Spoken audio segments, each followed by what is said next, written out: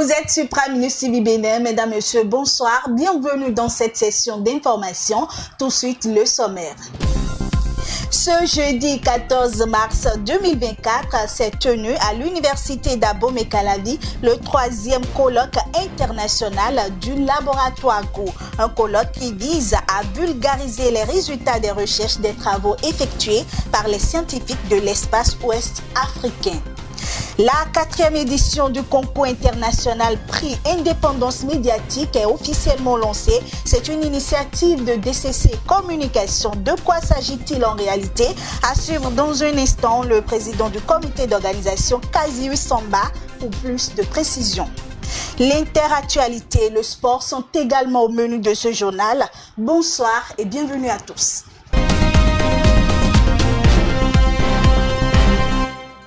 À nouveau, bonsoir. Au chant d'oiseaux de Cotonou ce mercredi 13 mars 2024, les partis de l'opposition ont tenu une conférence de presse pour décrier les nouvelles dispositions contenues dans le code électoral. Il s'agit du parti Foscori pour un Bénin émergent FCBE, les démocrates LD, de la Grande Solidarité républicaine GSR, du Mouvement populaire pour la libération MPL et de la Nouvelle Force nationale NFL. À l'occasion, le parti FCBE a annoncé s'associer aux démocrates pour les parrainages de 2026.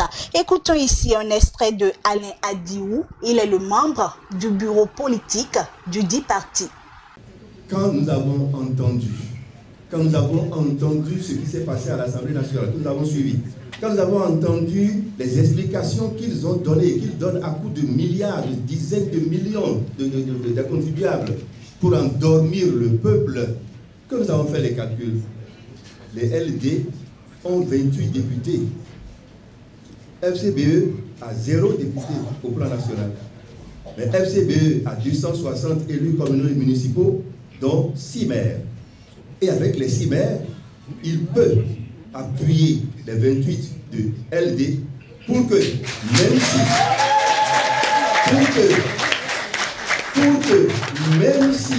même si nos amis d'en face se décidaient à en faire perdre parmi les députés à LD, qu'on s'assure qu'on ne perdra pas jusqu'à 6. Jusqu'à 6. Donc nous avons déjà 28 plus 6.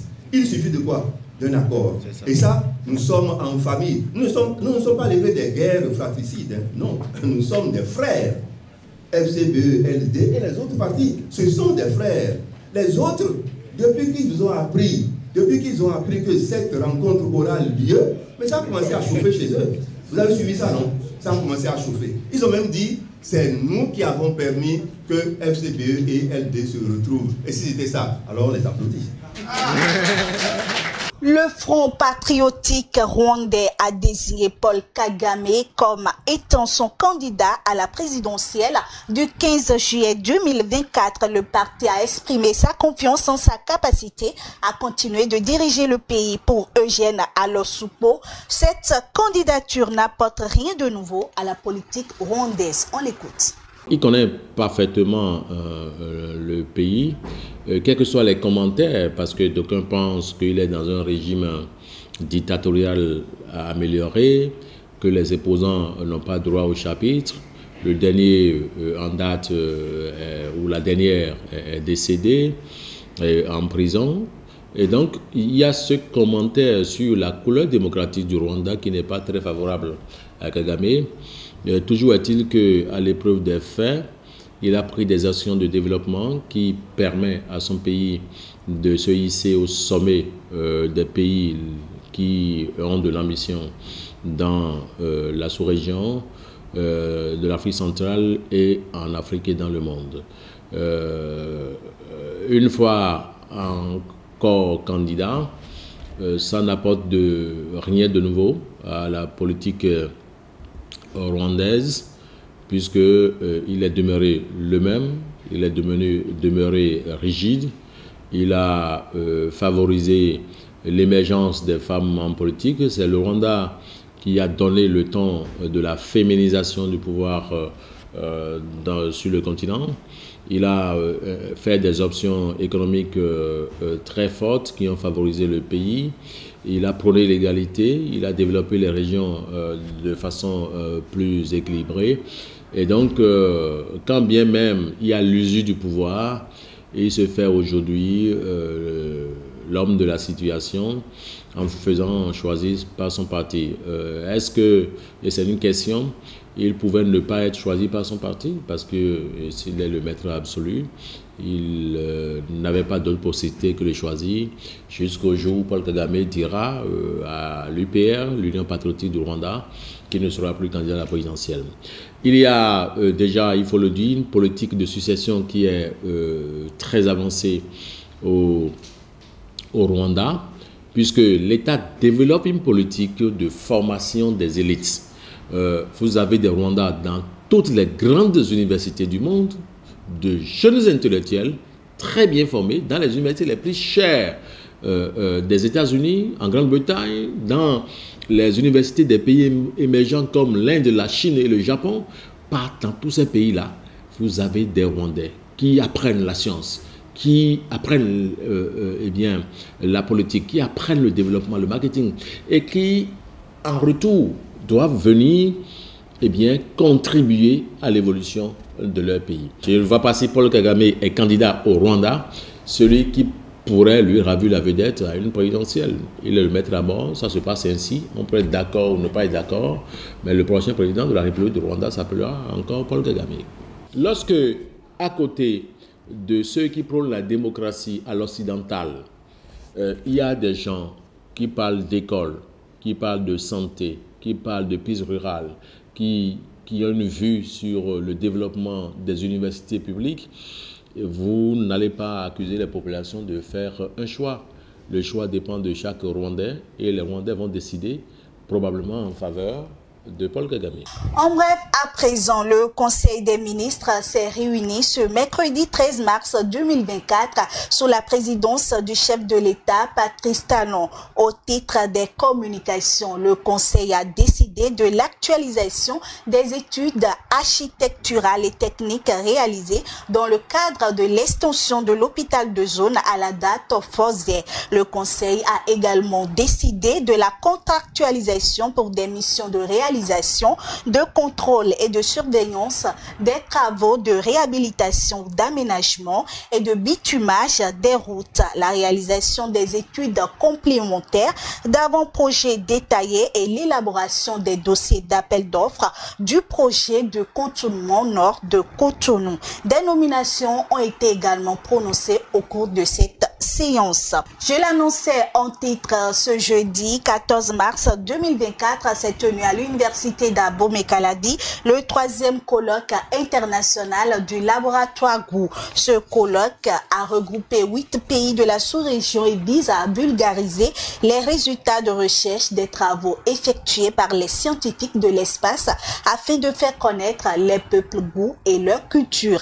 Le compte rendu est signé Virginie Kassa et Vital Amoussou. Culture, langue et démographie dans l'espace GOU, c'est le thème autour duquel se sont réunis les professeurs-chercheurs des universités GOU de la sous-région ce jeudi 14 mars 2024 à l'université d'Abomey-Calavi. Nous avons comme objectif de vouloir vulgariser les résultats des recherches, faire connaître les peuples GOU, leur culture surtout, parce que c'est un ensemble très riche en culture, un ensemble très vaste sur le plan linguistique et qui dit langue parle de culture, donc c'est une culture très riche et nous voulons que cette culture soit connue de par le monde et aussi que la science liée aux langues, à la culture et à toutes les autres disciplines soit aussi révélée par le monde entier.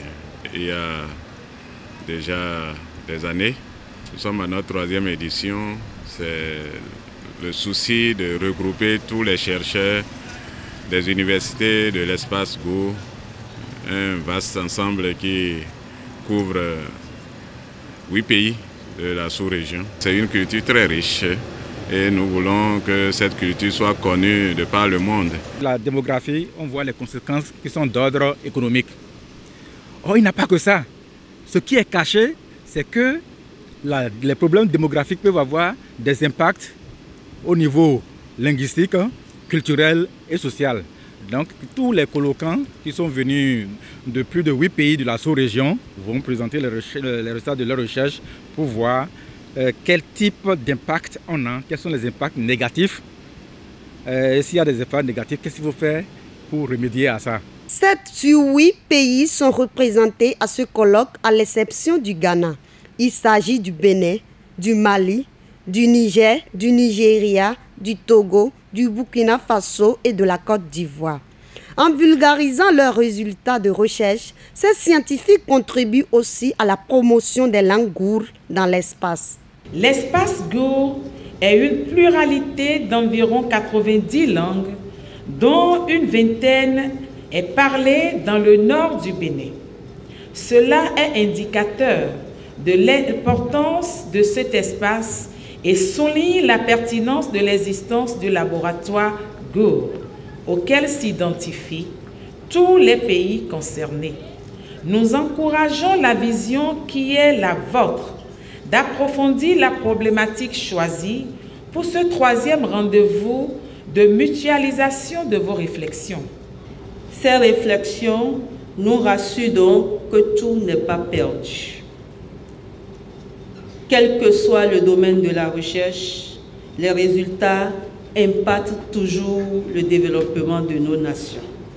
Mesdames et messieurs, chers participants, au nom de la ministre de l'Enseignement supérieur de la Recherche scientifique, je voudrais saisir l'occasion qu'offre ce grand rendez-vous du partage et d'échange d'expériences pour exprimer au nom de l'État béninois la sincère reconnaissance à nos différentes autorités universitaires qui ont facilité cette grande rencontre. Présents à cette séance d'échange et de réflexion, les participants apprécient l'initiative. Au cours de ces 3 jours que durera ce colloque, ils auront à échanger sur diverses thématiques. Je l'annonçais en titre, la 4e édition du concours prix Indépendance médiatique internationale est officiellement lancée.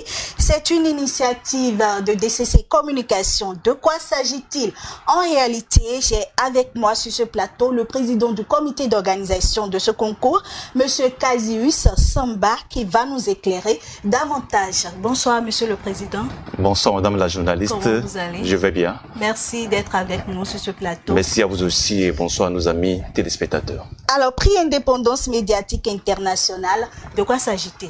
Eh bien, le prix Indépendance médiatique internationale est une compétition, est un concours qui met en compétition, j'allais dire, les journalistes de l'espace francophone de la CEDEAO.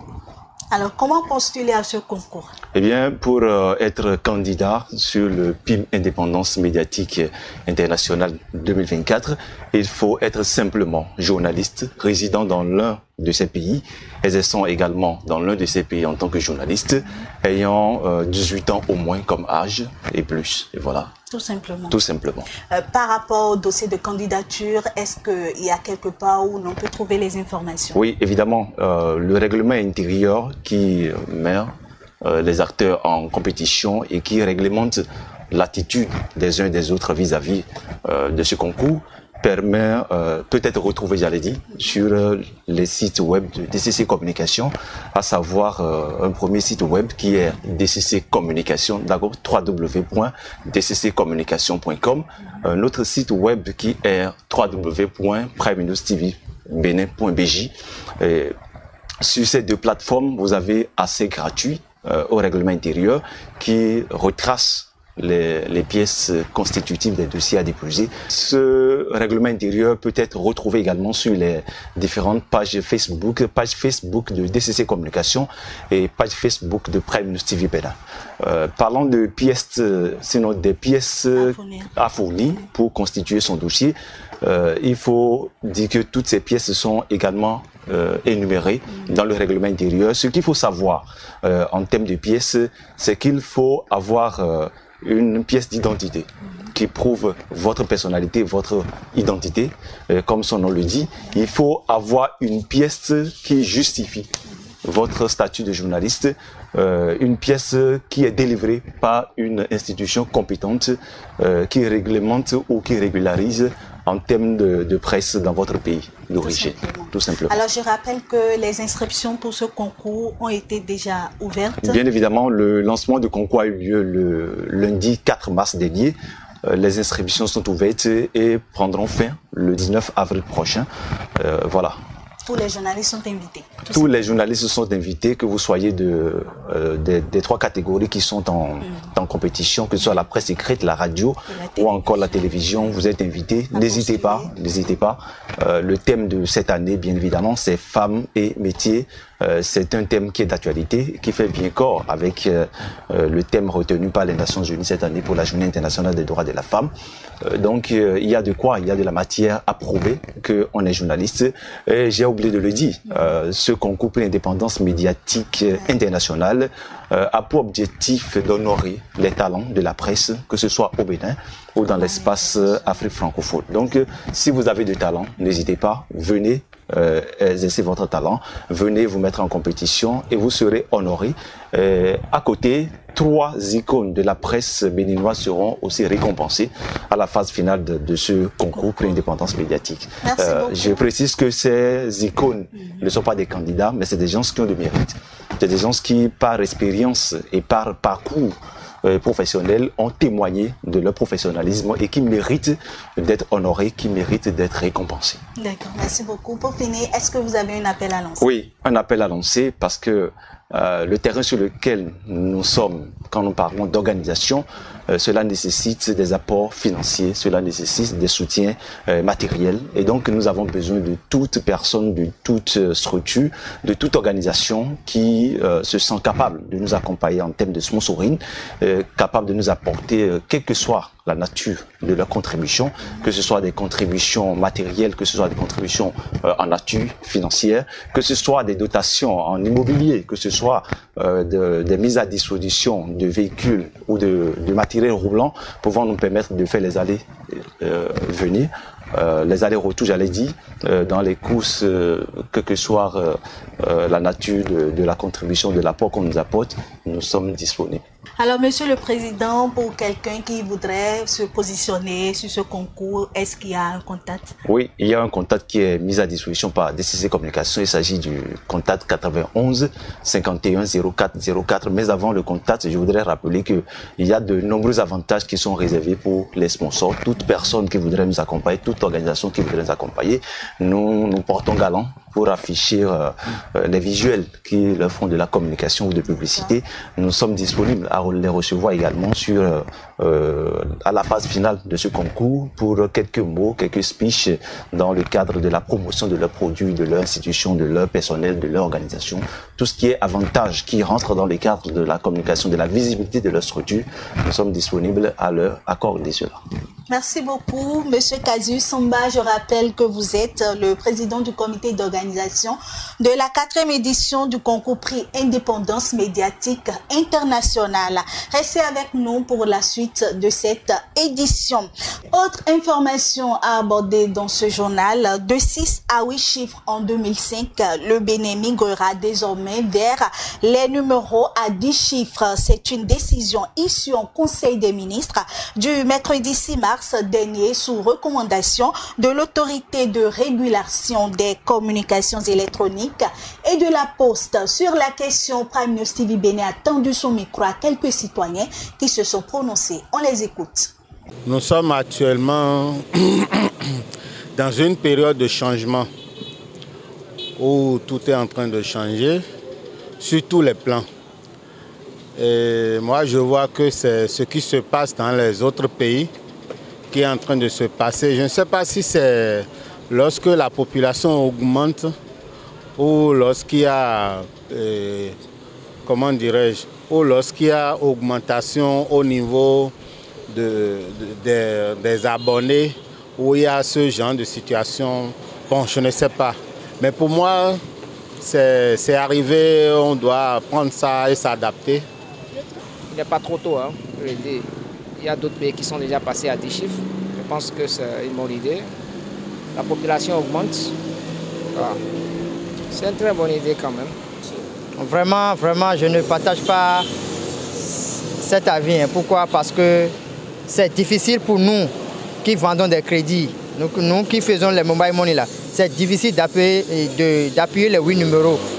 Parce que quand le client est en face de toi, il est pressé et tu appuies les informations. Vraiment, ça te fatigue déjà. Et maintenant, on veut passer à 10 chiffres. Vraiment, c'est compliqué. On n'est pas les sérieux. On ne peut pas tout imiter de les sérieux. Ici, c'est le 229. Il ne faut pas copier les autres éternellement. Vraiment, moi, je ne partage pas l'avis là. On a combien de réseaux au Bénin? On a plus de 4 réseaux au Bénin. Il y a Celtus, Move et MTN. Et j'en passe. Vraiment, donc... même si l'effectif augmente, c'est vrai que MTN a augmenté. Il a dépassé même les 3 millions, les 4 millions.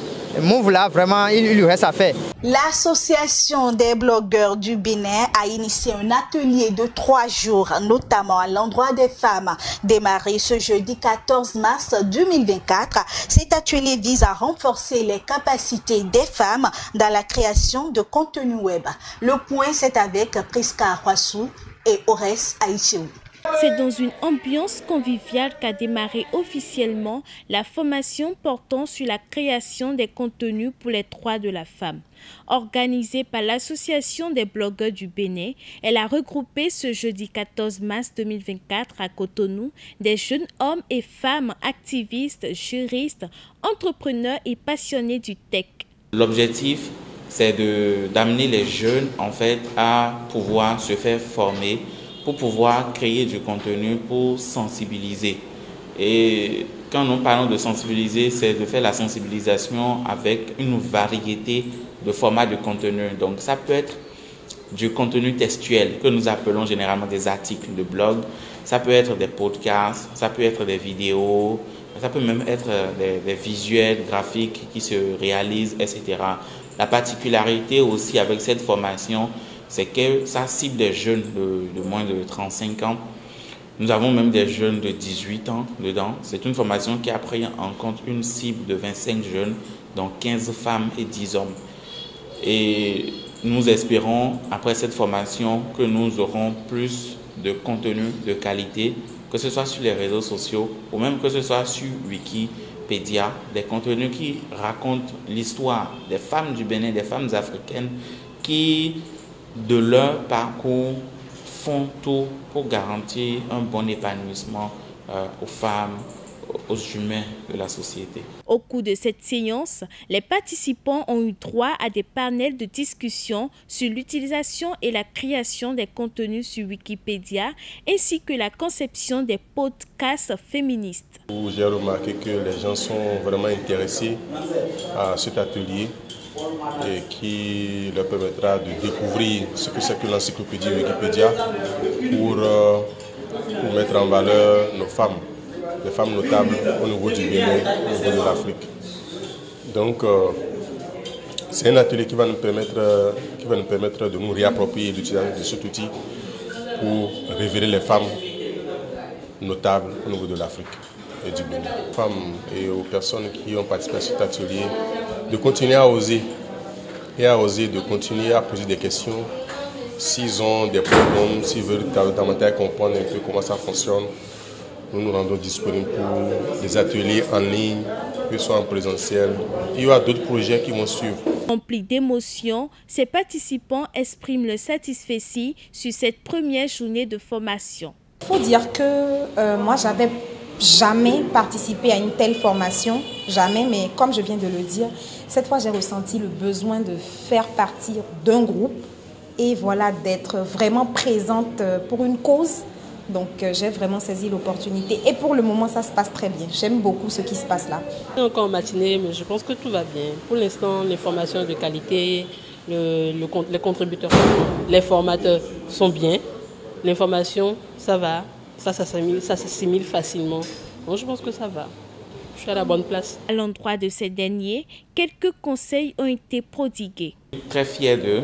J'espère qu'ils ne vont pas se limiter uniquement aux connaissances acquises dans le cadre de ce projet de l'association, mais qu'après, dans la phase de suivi, les activités dans lesquelles on aura à les impliquer, ils pourront réellement faire preuve de détermination et de volonté.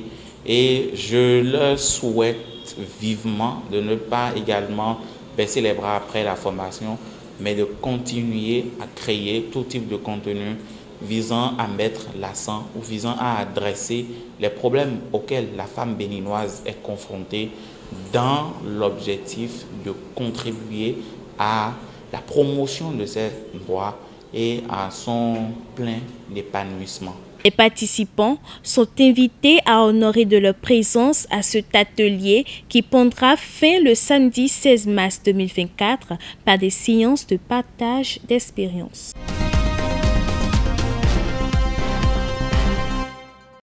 À présent, l'interactualité. Le Nigeria a annoncé ce mercredi 13 mars 2024 la réouverture de ses frontières et la fin des sanctions contre le Niger. C'est lors du démarrage du Ramadan que le gouverneur de Kano avait publiquement demandé l'ouverture de la frontière avec le Niger. Mais pour l'heure, les autorités nigériennes n'ont pas encore réagi officiellement face à cette annonce. Au Sénégal, une centaine de cadres de l'Alliance pour la République APR ont participé ce mercredi à une réunion pour renouveler la confiance au candidat Amadou Ba. Cette réunion convoquée par le président Macky Sall vise à faire un rappel des troupes et demander à tout le monde de soutenir la candidature d'Amadou Ba. Cette rencontre devrait donc apporter un peu plus de clarté pour les 10 jours qui restent avant la présidentielle et permettre de relancer une campagne électorale qui peinait à démarrer du côté de la coalition au pouvoir. Au Madagascar, un groupe de parole se réunit dans l'espace culturel de la clinique d'oncologie Ivo Koloaina, la seule clinique d'oncologie du pays, chaque dernier jeudi. Une occasion offerte aux patients et leurs proches d'échanger à bâton rompu sur une thématique liée au cancer.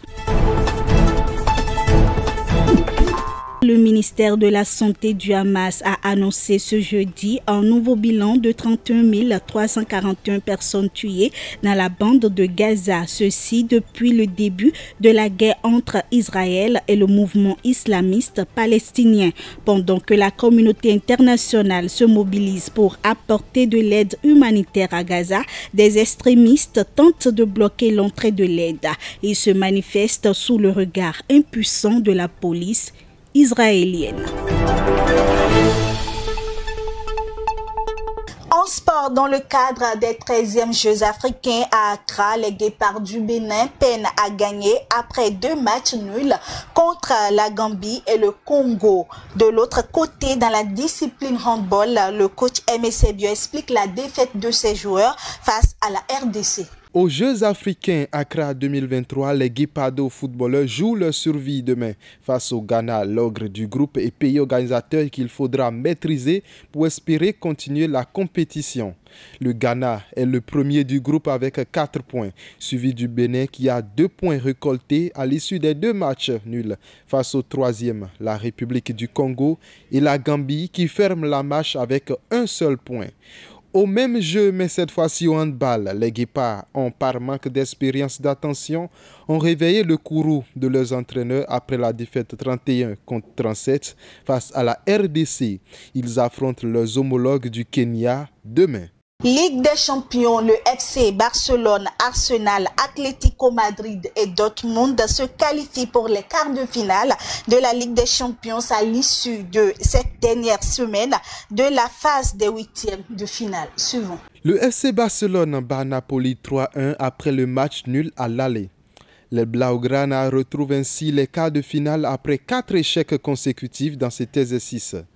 Même fortune pour les Gunners d'Arsenal qui se sont qualifiés douloureusement à domicile face au FC Porto au tir au but et retrouvent les quarts 14 ans après. Outre ces 2 infortunés des quarts de finale, l'Atlético de Madrid et le Borussia Dortmund ont complété et bouclé hier la liste des équipes déjà qualifiées au quart de finale où les attendaient Manchester City, le Real Madrid, le FC Bayern et le Paris Saint-Germain. Le tirage au sort des quarts de finale des 3 compétitions européennes de football aura lieu demain. Stop et fin de cette session d'information. Mesdames et messieurs, merci de nous avoir suivis. Merci à toute l'équipe de la réalisation. À très bientôt.